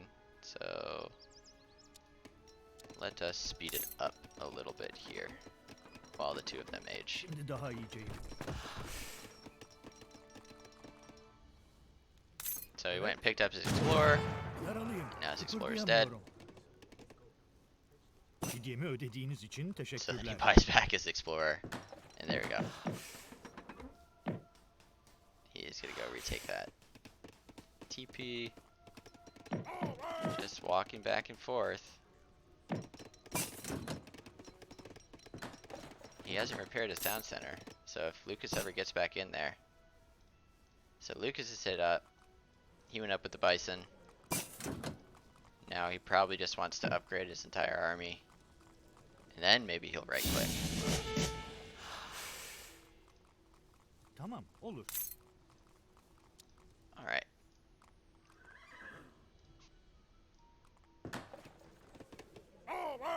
We're gonna have a second layer of tank walls coming in.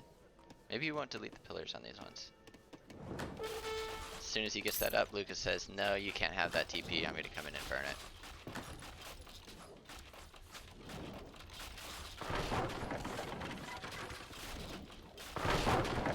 So far we have champion bow rider. Apparently Kaister put his Steam password in the chat. So if you guys can figure out his username, there you go. Big button coming in. Big button coming in. Wakina. Fire dance coming.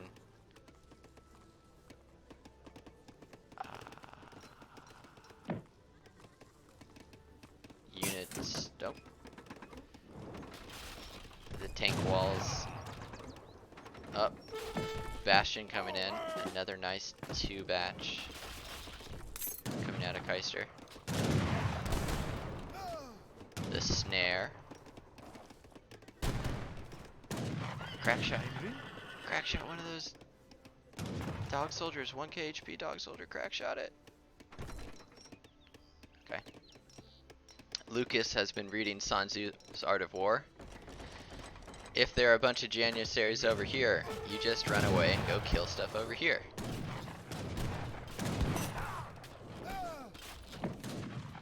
So Lucas killing the tank walls. Lucas probably could have just ran in there. Looks like he's just gonna burn down the town center and then...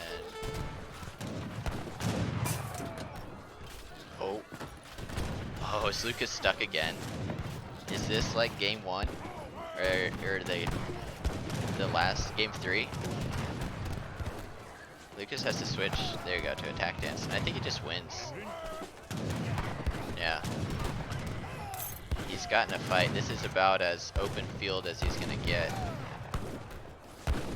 Oh, it's a big mess. We're down to like 10 frames per second because there's so much stuff on that.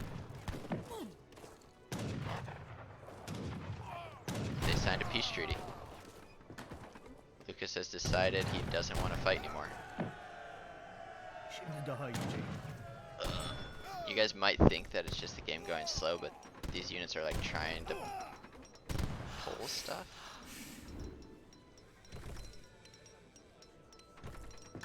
And the town center lives.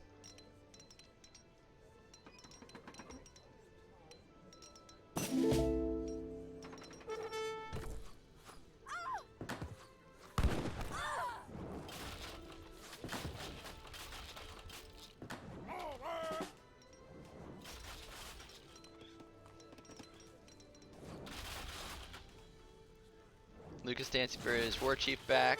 So we got 53 vills to 51. Holy cow. Even though Lucas lost that last fight, he didn't really lose many units. Or he was overpopped, so he didn't really need to retrain any units. And he still has a bunch of units here. So picking off a couple of bow riders here. These 5 wood walls paying dividends. Apparently Lakota players are like hard AI. See a wall, kill a wall.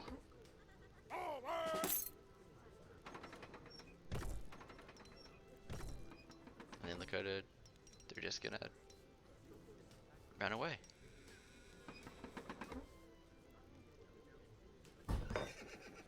Another corral coming up here from Lucas. Another tribal marketplace. Get the last bit of gold on the map.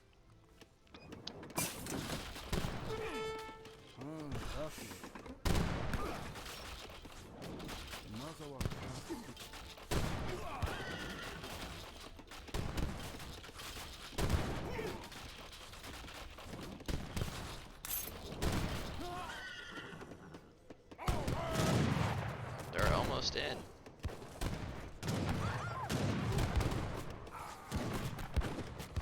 Lucas pushing while there's quite a bit of banked resources here. Still only on 54 villagers. And Kaister just continuing to build walls. I'm telling you, Lucas read Sun Tzu's Art of War. If 100 Janissaries here run here.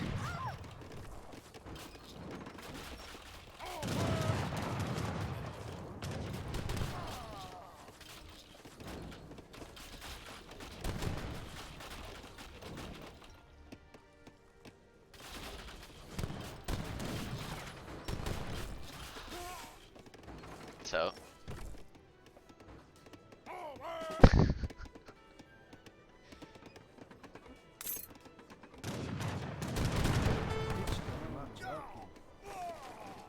is Kaiser just getting ready for the Kinesi series?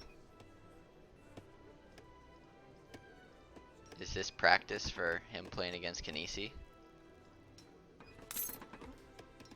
Just continual labyrinth. Slowly. I think at some point there will need to be a trade monopoly. Lucas kind of got that idea. He has 1, 2, 3, 4. There's 7. So if he builds this and this one, he'll have 5, of which I think he would have to lose. Maybe it's just 2. So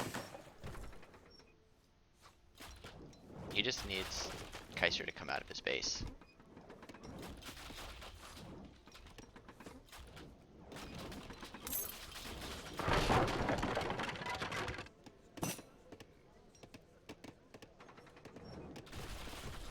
Apparently there was a pause. Kaister had to go tell his architect that he was doing the whole walling thing wrong. He's like, listen, you gotta not have holes in the walls. That's not what we're trying to do here.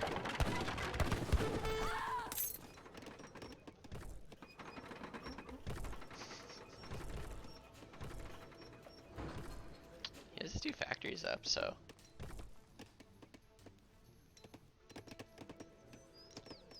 just a little chill. So we're gonna speed it up just a little bit here, because Lucas is aging to Imperial with the warrior. More walls coming in. Nothing really going on yet. Kaiser shows up with his army. Lucas employs Art of War tactics.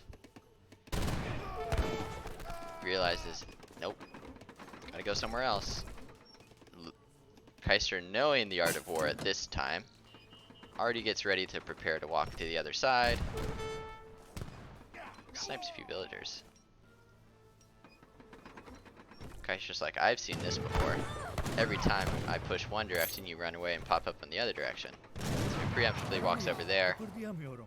realizes, oh, they're leaving. Starts walking back. And it's just a dance of, I'm gonna go over here, you go over there. Oh. Is this, I'm a push one way? Nope. Guys are just a little late to the party. This is just so nuts. Just labyrinth of walls everywhere. And push and pull. Kaister will never go out in the open field to fight, and Lucas will never fight in the walls. So they're kind of at a stalemate. Dang, these guys are huge. So he's got age 5 Takola warriors who have like 1300 HP. So far though, no legendary text coming out. Uh-oh. Lucas might be fed up with this. He might decide it's time to use capitalism to end the game.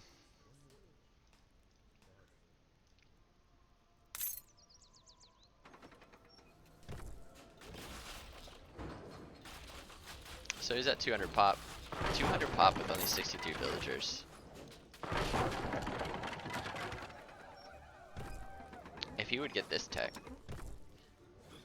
and this tech, those are both really good techs that you can get from the Navajo. Kaiser saying thank you. We wanted to demolish those buildings for our guys to come in and build walls there anyway. And how far behind is Kaiser? Is Kaiser aging? Daha iyi. No. So Lucas is ahead in age, however Kaiser is ahead in score. Because he has 3k wall building materials. And he's just continually, every time he sees Kaiser's, or Lucas on this side, he just pushes out his bills to slowly build up, get a little bit more of the map so he can slowly creep in.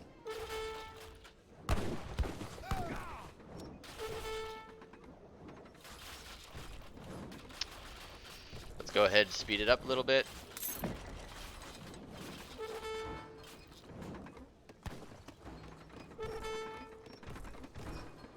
Kaiser's walls give him enough time to waddle over and protect. I have no idea if this game will ever end.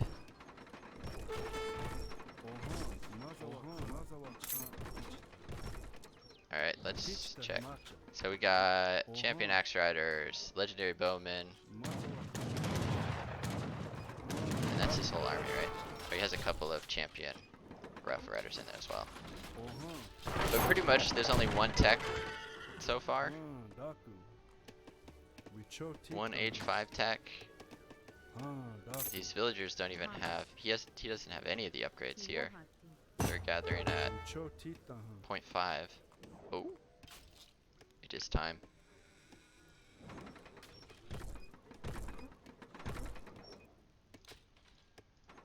Trade monopoly has come in,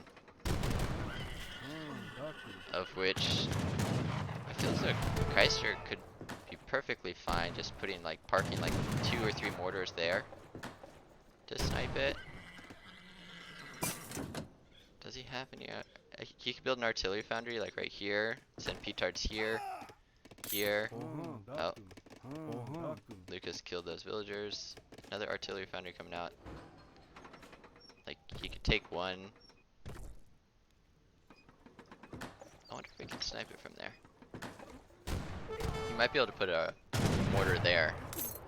Build a wall here and put a mortar here. Snipe that TP. Lukas says, I've had enough with your walls. However, that wall's gonna live for long enough. Like,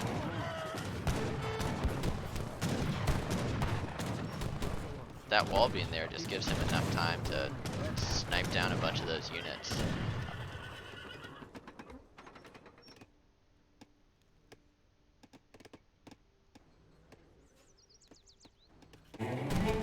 Yeah. It's so crazy that this is a last ditch effort by Lukas. He's even H5 and he's still having a hard time.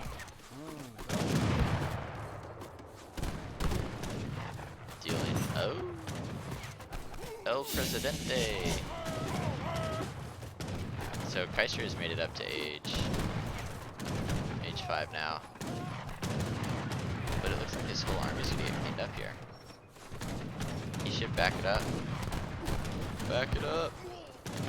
You got one mortar out.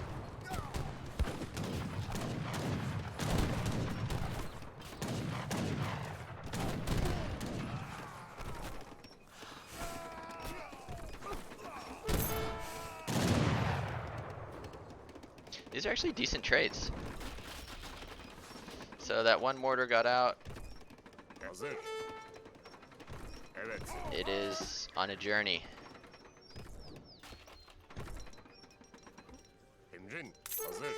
Dude, this is like a, he is quite the quest man. I wonder if that, this AFK dog soldier is gonna save the day.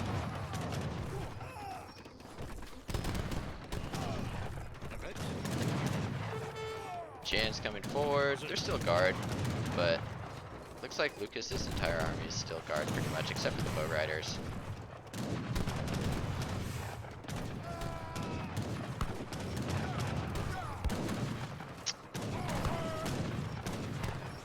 Left. Sneak. I mean, the fight's happening here, but oh, one. Oh. Oh, the villagers punching it too.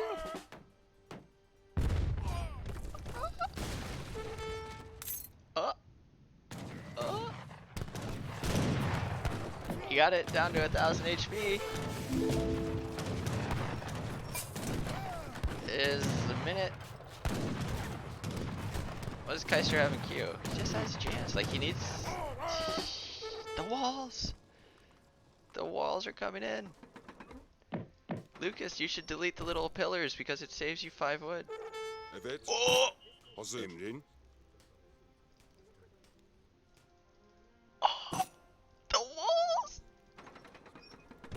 The walls. Kaiser, if you were paying attention, you could just break through the walls and kill that. But they're going somewhere else. The Minutemen. The villagers, like, dude, you just walk through the holes.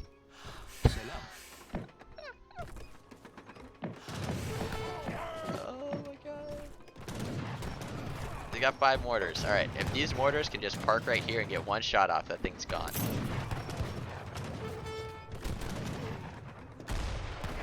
Like, Lucas doesn't have an army anymore.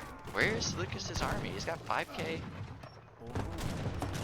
Got a minute. Oh! What is this?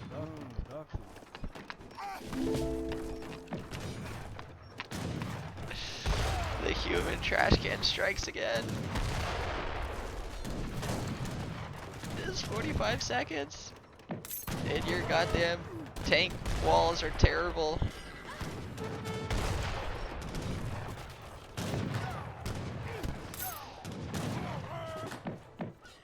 Well, that's it. I see no way of him winning this game. And he resigns!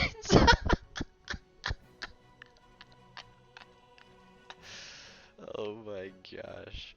What an absolute train wreck of a game.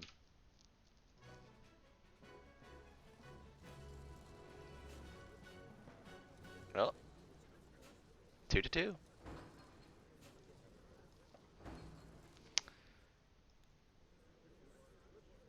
Man. Just so silly.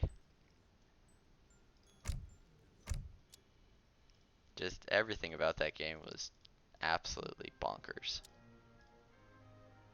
The thing is, like, if you come here, they like didn't fight ever. They just ran away from each other for like 20 minutes. Like, look at this. They're just like, you want to fight? No. You guys want to fight? And then they finally fought at the end once the trade monopoly happened. Alright, well. 2-2 now. Match point. I gotta get this one in real quick.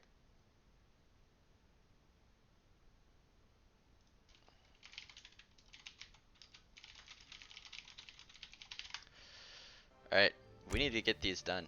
No, I'm not playing. So we got one more game. The series needs to hurry up. Got a lot of stuff we gotta keep on schedule. No more of this tank walling, goofy garbage, weird stuff.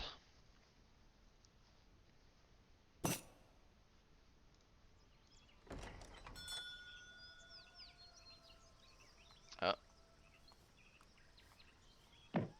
Oh, that's the game before. I was gonna say, I was like, no spoilers, please. So we're back to China versus... Alright, I'm gonna put 3... Lucas wins this 3-2. Main reason being, I know Kaister, and that is not a civilization that he should ever play.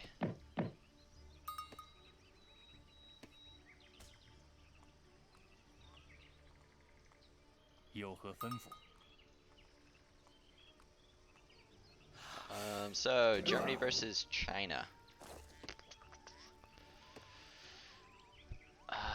I kind of feel as though Germany has a shot of winning this early. However, when you get to the age 3,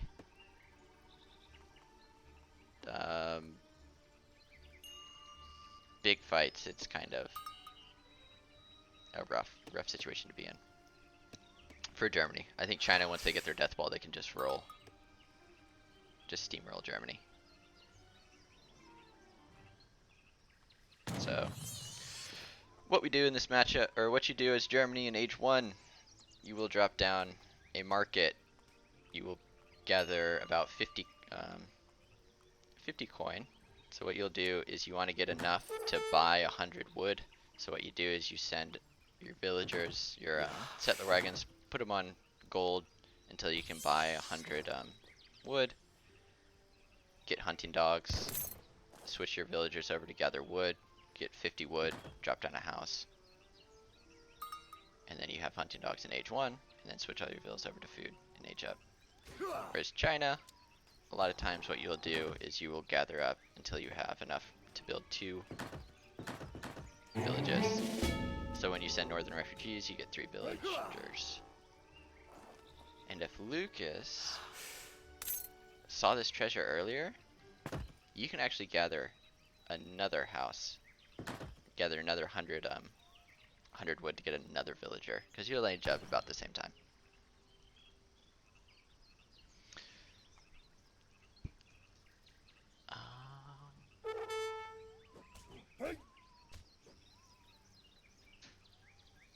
And then I guess we're just gonna. I mean, I kind of want to just like speed this game along. So kaister shot, crack shot. I don't want to be a spoiler alert, but I just see no way in hell that Kaister wins this game because he doesn't play Germany. I don't know why he chose Germany.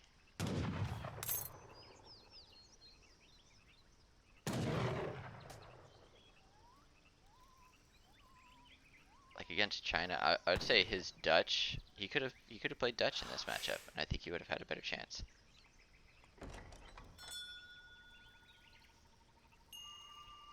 And Lucas, this is like his best. 是的， This is one of his best civs.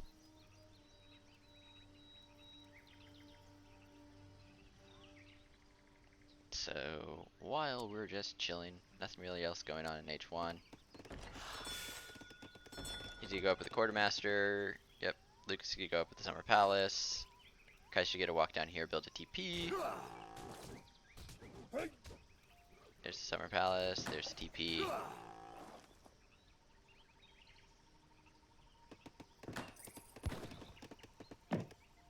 Getting placer mines, gonna gather enough to get steel traps as well. Lucas, on the other hand, is going wood again, so I'm guessing Lucas is probably going to do. Never mind. He's just gonna drop down a TP and that be it.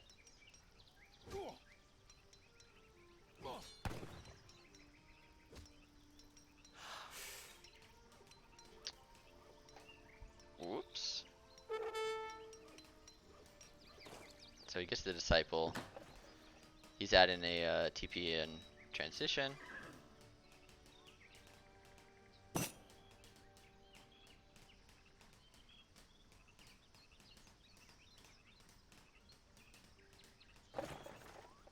There we go.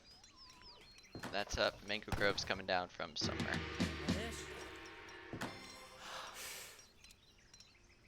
Okay. Standard stuff from Lucas this time. He's just gonna do an FF. Kaister, on the other hand, also going standard.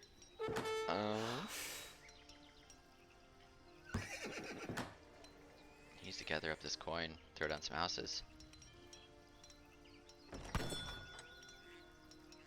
Lucas is gonna gather up. Just do age up. Age up normal stuff.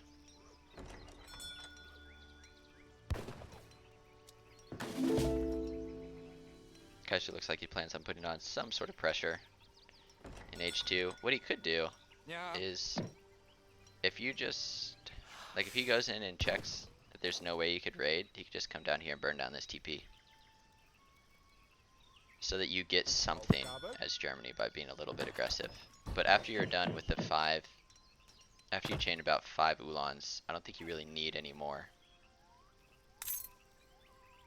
Like the only thing that you can really get out of China is you force them to send double batches of Minutemen. They can just train disciples, but then the only thing that else you could force them is instead of sending 700 wood, they send 8 or 9 Quang pikemen. So he got the first set of Minutemen. Run! Burn the trading post. That should be a win. Like you should just consider that a win. And Lucas is a good China player, so he already knew that he needed sentries. So he gathered an extra 80 coin, so that he wouldn't have 920 coin here. But here we go. We got a porcelain tower coming down. Kaiser looking for something, so he's poking and prodding, trying to find a thing. This is a great village.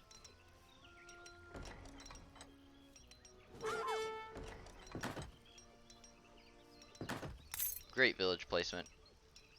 Nicely done from this, God. why is that grabbing the wonder?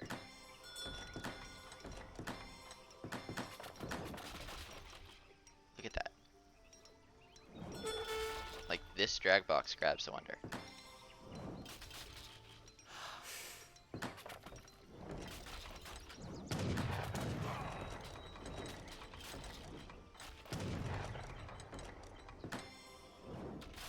Anyway, back to what we were doing here.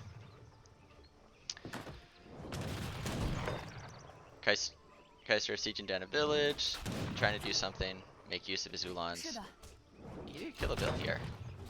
Okay, if he kills this Bill, he can deny this constant entirely. Bin verwundet und kann mich nicht bewegen.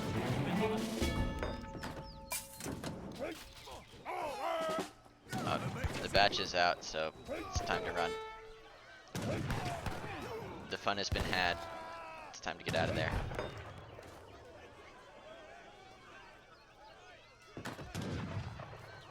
Which, I mean, he's done some idle time, and he's killed, I think, one Bill. So, overall, pretty decent. He should be following up behind as well. Silversmiths. So this is a new iteration of Germany. Germany has an issue. They run out of gold very quickly. So, silversmiths in DE now gives yield rate. So essentially, the idea behind it is that you'll gather gold longer, and you'll get more gold out of it than the 700 coin. So, each one of these mines essentially gets an extra 400. This is good. So using these Ulans, if he focuses down the right units, he can kill them quickly. But Mr. Miyagi is a beast.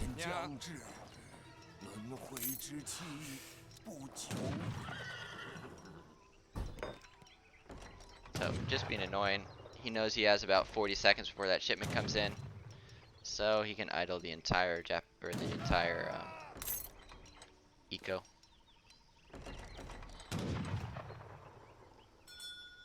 Just running around being annoying. Intervention. Oh, Lukas doesn't have the allies just yet. So that was good. I mean, he did it good. So now there's muskets. Musketeers pop out, push the Ulans away, and Kaiser should be aging behind this. Yep, going up the exiled prince. He has a barracks, and he has silversmiths.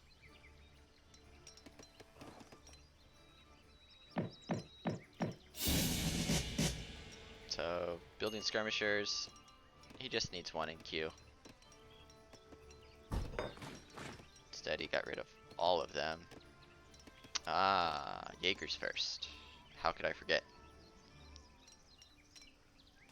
Like I was saying, I'd be surprised if he wins this game. Even though he's done really well so far, I don't think you ever send Jaegers first here.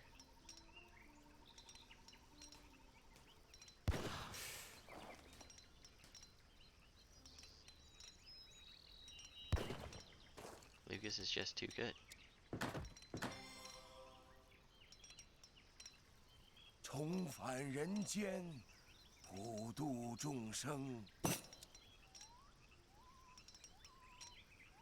Auftrag. Little raiding party. Probably burn down the he can probably burn down this trading post. Oh, he's just checking that gold mine. But there'd be no reason for him to be there yet.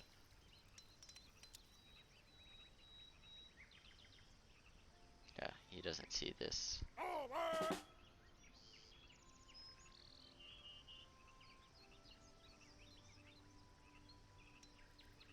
Alright, here we go. He also has amalgamation coming in. So his income, his gold income is going to be insane. Aufgabe. Like right now, he's coming in at 1.56. 1.8, that is 3 unupgraded villagers on coin.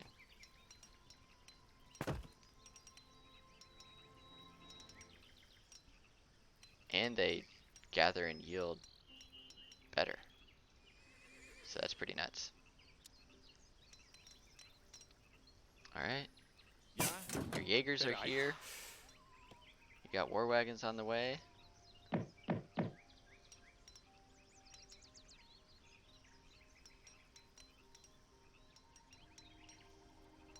If he can start poking on this army, like if he finds this army, he has a crazy range advantage.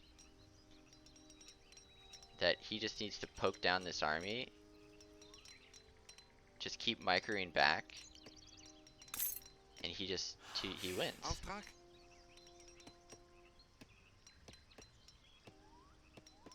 But let's be honest, you guys really think the human trash can micro? Ja, I know for one he can't.